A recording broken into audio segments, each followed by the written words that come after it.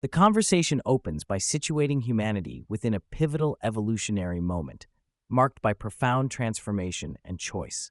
Dr. John Churchill articulates that humanity's story is not isolated, but deeply woven into the narrative of the planet itself, emphasizing a planetary perspective as essential to understanding our current crisis and opportunity. This framing suggests that as humanity navigates the rise of powerful tools like artificial intelligence, symbolized mythically as fire, we stand at an end of time, not in the apocalyptic sense, but as the closing of an old era and the emergence of a new age. This transition challenges the entrenched mental, social, and spiritual systems that have governed us so far, making evident the necessity for a qualitative leap in consciousness. Churchill explains that historically, human development, from stick fire to complex technology, can be understood metaphorically as a journey that is now culminating in a reckoning of sorts. How will humanity choose to integrate these innovations in alignment with the planet's evolutionary trajectory? His perspective invites listeners to consider this transformation as a collective psychological judgment day, where love and wisdom become the compass for our shared destiny. Central to the discussion is the notion of the heart-mind, a term borrowed from Buddhist contemplative psychology, which blends the intelligence of the heart with that of the mind, transcending the Western Cartesian split between intellect and feeling. Dr. Churchill identifies this awakened heart-mind, or Bodhicitta, as the foundational seed of spiritual evolution, a state where love and wisdom intertwine, guiding intuition beyond mere cognitive reasoning. He highlights that many spiritual traditions, indigenous and mystical alike, recognize this integration of heart and mind as the soul's flowering. This awakening initiates a process of direct knowing or intuitive intelligence, which is not based on linear cause and effect, but on a deeper resonance with reality. The heart-mind constitutes a move beyond intellectual understanding to a participatory form of consciousness, where intuition becomes a trusted guide, opening the individual to subtler dimensions of experience. The first stage in awakening involves the initial cracking open of the seed of consciousness, where an individual begins to sense that the prevailing societal matrix is incomplete or fraught with illusions. This stage is characterized by a burgeoning awareness that the inherited narratives around finance, medicine, and agriculture, among others, may not serve the highest good, prompting a growing desire to reclaim sovereignty from default systems.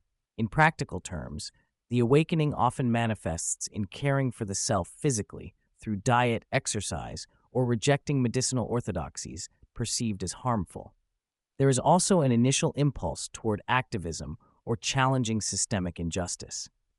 Dr. Churchill explains that this period involves confronting the sacred dimension of the body and matter, setting the stage for deeper emotional and spiritual work. However, it also can be fraught with susceptibility to alternative narratives or conspiratorial thinking due to the discomfort of not knowing.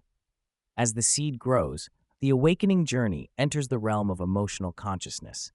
Here, the heart opens to the emotional body, recognizing the importance of healing multigenerational trauma and engaging modalities like therapy, psychedelics, or somatic healing.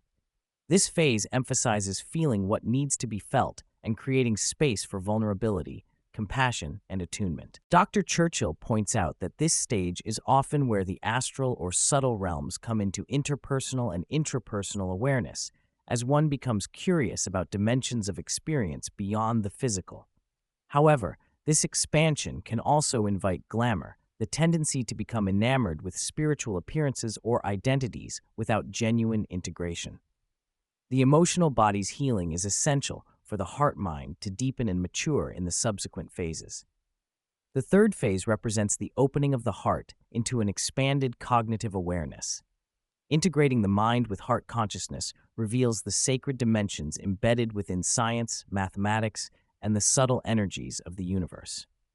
Dr. Churchill draws attention to the often overlooked esoteric heritage of figures like Isaac Newton, underscoring the importance of reclaiming the sacred sciences that unite spirit and matter. During this stage, individuals recognize the necessity of training the mind. Through meditation, contemplative practices, or disciplined study, to stabilize attention and discern true insight from mere mental activity. This is a critical phase where the mind's power can become enlightened, but also where there is risk of attachment to intellectual prowess or spiritual techniques, overshadowing the relational wisdom of the heart. The path here is about transforming the mind into a multifaceted diamond of perspectives, capable of deeper truth and beauty. Often described metaphorically as the crucifixion, the fourth phase marks a transition from individual pursuit toward collective engagement. The practitioner begins to dwell more consistently in a state of loving awareness and meditation, where identification with separate mind dissolves into identification with the heart. This stage reflects the beginning of sustained spiritual presence in the world, engaging with suffering, service, and communal connection. Dr. Churchill emphasizes the importance of coming to the village during this stage, a metaphor for finding or creating community that supports the shared journey. The hero or heroine's journey is incomplete without returning to the collective and offering the realized gifts in relational contexts. At this point, the sense of self evolves from isolated selfhood into a we, recognizing interdependence and the necessity for alignment with others. Integrity begins to crystallize here as relational wholeness. Building upon the heart-mind awakening, the fifth stage is marked by an individual beginning to discover and embody their unique avatar self, their archetypal identity or Dharma. This phase is where one integrates personal gifts with the planetary and collective needs, showing up as a specific expression of the universal life force. Here, Dr. Churchill notes that destiny becomes palpable, often amid challenge and personal sacrifice.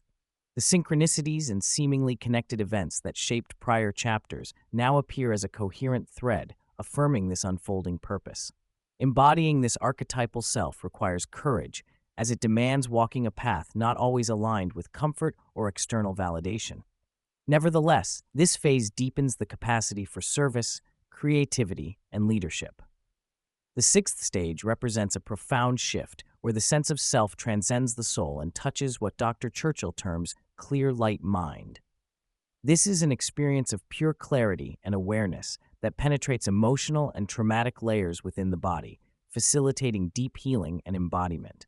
Dr. Churchill explains that this clarity allows for extraordinary capacities in the physical and subtle realms, as the body-mind complex is refined and integrated. It also involves confronting the depths of fear and contraction, unlocking new levels of freedom. This stage aligns with the transition from soul identification to spiritual identity, where one's groundedness in matter and openness to spirit find dynamic balance. The final stage discussed is characterized by a holographic realization of unity, where the individual perceives themselves as embodying the whole. This state of consciousness embraces both form and emptiness simultaneously, recognizing the inseparability of spirit and matter. In Christian mystical terms, this is likened to the Logos, the divine word or principle manifest in creation. This phase is not an endpoint, but a profound new beginning, where wholeness involves holding paradox and multiplicity transparently. Dr. Churchill reflects on the energetic journey, moving beyond just spiritual light to include groundedness in body, heart, and community, as the flowering of integrated human consciousness. It signifies a mature stage of development that remains humble to the ongoing nature of awakening. Throughout the conversation, Dr. Churchill emphasizes that foundational to any spiritual development is healing the attachment system. Early childhood trauma and multi-generational wounding profoundly shape the nervous system, often manifesting as scattered attention or dysregulated emotional states. He correlates this to modern phenomena like attentional deficit disorder, explaining how inherited survival mechanisms hijack the attentional and emotional systems. Healing, therefore, involves restorative processes of safety, attunement, and sovereignty. Being physically and emotionally held, attuned to, and recognized promotes internalized security and capacity for self-regulation. Dr. Churchill stresses that addressing these root wounds is essential, as ignoring them while pursuing advanced practices often leads to spiritual bypass or fragmentation. The redesign of contemplative practices that integrate trauma healing with wisdom traditions emerges as a necessary evolution to support widespread awakening. The dialogue turns inward to explore the meaning of integrity at a psychological, physiological, and spiritual level.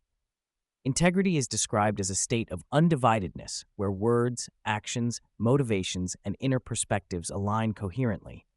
This wholeness includes embracing the diverse parts of oneself: ambition, vulnerability, desire, intuition, without repression or denial.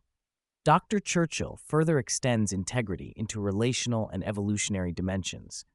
Relational integrity involves holding space for others in their development without reaction, honoring the plurality of consciousness and stages of growth. Evolutionary integrity aligns individual purpose with the larger planetary transformation, integrating the vertical axis, divine or cosmic forces, with the horizontal axis, collective human community. This multidimensional balance forms a robust foundation for effective and authentic participation in the world. A crucial theme involves discovering one's Dharma, the unique duty or role one is destined to fulfill. Dr. Churchill elucidates that Dharma requires a strong and sovereign self, the courage to sacrifice for higher good, and an openness to intuition and imagination. The interplay between heartfelt intuition and creative imagination serves as the navigation system for realizing one's mission within the evolving world. Imagination is highlighted not as mere fantasy, but as an organ of perception that can access possible futures and animate present action. The act of consciously envisioning a better world, its social dynamics, values, and ecosystems, cultivates alignment with that emerging reality. This vision acts as a bridge between the unseen potentials and their manifestation, enabling synchronicities and support from the wider field to materialize. Dharmic unfolding is thus a dynamic dance of envisioning, sensing, and responding. The dialogue culminates by weaving the individual's waking journey back into the necessity of community and shared purpose. Dr. Churchill underscores how the hero or heroine's return to the village, the relational circle, is essential for the stability and fruition of awakened gifts. True transformation is not solitary, but co-created within a network of mutual recognition and support. He also speaks to the modern paradox of disconnection despite digital connectivity, advocating for cultivating communion beyond superficial interaction. The podcast channel itself is framed as a node or portal to a vast, invisible network of like-minded souls, combating the illusion of separateness. This communal dimension fosters resilience in times of instability and coalesces the critical mass necessary for planetary awakening. As humanity navigates the cusp of new technologies and new paradigms, harnessing the power of community is presented as an indispensable force.